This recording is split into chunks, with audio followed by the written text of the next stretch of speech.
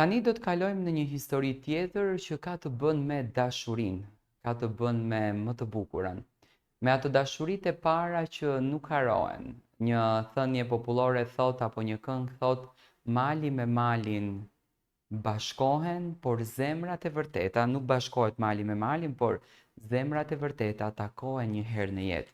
Dhe pikërisht është kjo historia e kësaj vajze 15 vjeçare në dashuri, por jo në jetë. Tashmë është më e rritur, por dashurinë e ka patur në moshën 15 vjeçe. Dashurinë që nuk e haron dot kurrë. Kur isha vetëm 15 vjeç, nuk e dija çfarë ishte dashuria. Mendoja se ishte një ndjesi kalimtare, një lojë emocionesh, një emocion që të bënte të skuqeshe kur dikush të dërgonte një mesazh. Dhe pikërisht kështu nisi historia ime. Në një nga ato emisione televizive të pasdites që shfaqnin mesazhe me SMS në fund të ekranit, dërgova një mesazh për të provuar si funksiononte loja. Nuk e dija që ajo lojë do të bëhej pjesë e jetës sime për 15 vitet e ardhshme. Mesazhi im kishte rënë në synë e atij djalit. Ai më shkroi, as nuk e mbaj mend mirë se çfarë më tha, por mjaftoi një fjali për të hapur një derë që nuk u mbyll më. Nuk ishim rritur akoma, nuk dinim çfarë kërkonim, por e ndjenim që mes nesh kishte diçka të ndryshme. Flisnim çdo ditë, nuk ishim takuar kurrë. Jetonim në qytete të ndryshme, por lidhja jonë nuk kishte nevojë për praninë fizike. Ishim dy shpirtra që fluturonin në të njëjtin qiell. Kaluan muaj. Pastaj papritur heshtje, jo një ndarje e zakonshme. Nuk pati një fund, një bisedë, një lamtumir, thjesht ndaluam së shkruari. Secili u përfshi nga rrjedha e jetës, por unë nuk e harova asnjëherë dhe jam e bindur se as ai nuk më haroi kurrë. Kaluan vite, plot vite. Jetova, u rita, por gjithmonë me një vrim të vogël në zemër. Ai ishte bërë pjesë e kujtimeve të mia, por kujtimet nuk u zbehën kurrë. Nuk ishte thjesht një djalë, ishte dikush që më kishte prekur shpirtin pa më prekur asnjëherë dorën. Në vitin 2015 më zuri një mall i papritur, një mall i dhimbshëm që më bëri ta kërkoja. I shkrova, u habita kur më ktheu përgjigje menjëherë. Ishte ai.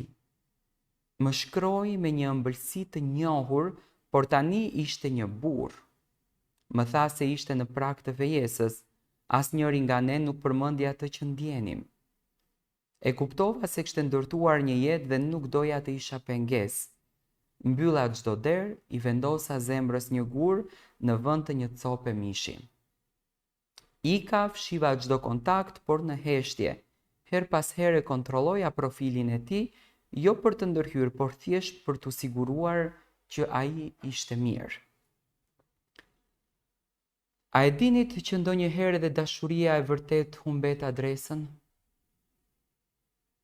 Ai më kërkoi vite të tëra, por nuk më gjente dot. Unë nuk kisha një profil në emrin tim të vërtet, ai nuk mund të më gjente edhe pse përpiqej dhe ndoshta as unë nuk isha gati për t'u gjetur. Deri në vitin 2025. Një video që postova në rrjetet sociale bëri që të më gjente. Më shkroi me një mesazh që më ngriu gjakun. A je ti? Zemra më rahu si dikur, si atëherë kur isha adoleshente. Kishin kaluar plot 15 vite. Ai kishte tashmë familje, edhe unë, të dy kishim bërë rrugët tona. Por ndjenja, ajo ndjenja ishte aty. Nuk kishte ikur, thjesht kishte mësuar të heshte. E filluam bisedën si të panjohur, po me fjalë që vetëm të njohurit prej shpirtit mund t'i thoshin.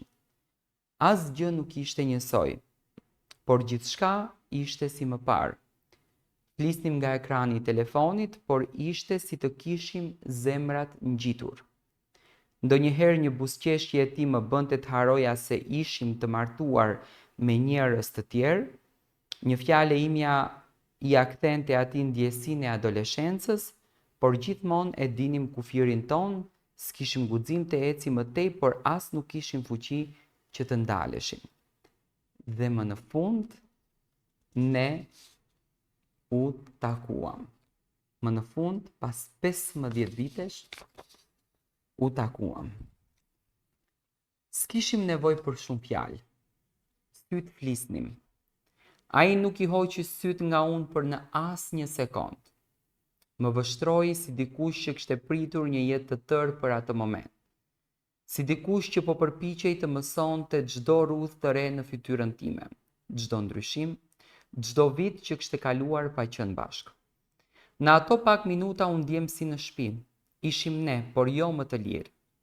Jeta kishte ecur, kishim fëmijë, përgjithësi, martesë, kishim ndërtuar rrugët të ndara, por ndjesia ishte si të na kishte prerë dikush mes dhe të na kishte ndarë me forcë.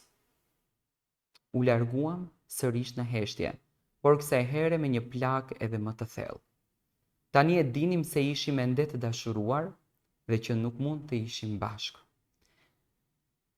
Një thënie thot, nëse ndjen diçka thuaje, nëse zemra të rreh për dikë mos e mbyll brenda, sepse koha kalon dhe me vete nuk merr vetëm vitet, por dhe mundësitë. Dhe një ditë mund të jesh me trupin në një vend, por me zemrën në një tjetër. Me një jetë të ndërtuar, por me shpirt të coptuar nga çfarë do të kishte ndodhur nëse.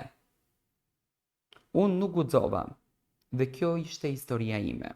Një dashuri që nuk vdiq kur, thjesht heshti për 15 vite, dhe ndoshta do të hesht për gjithmonë, por gjithmonë do të jetoj në një cep të heshtur të zemrës, me respekt dhe dhimbje të ëmbël, një shpirt që ende dashuron në heshtje.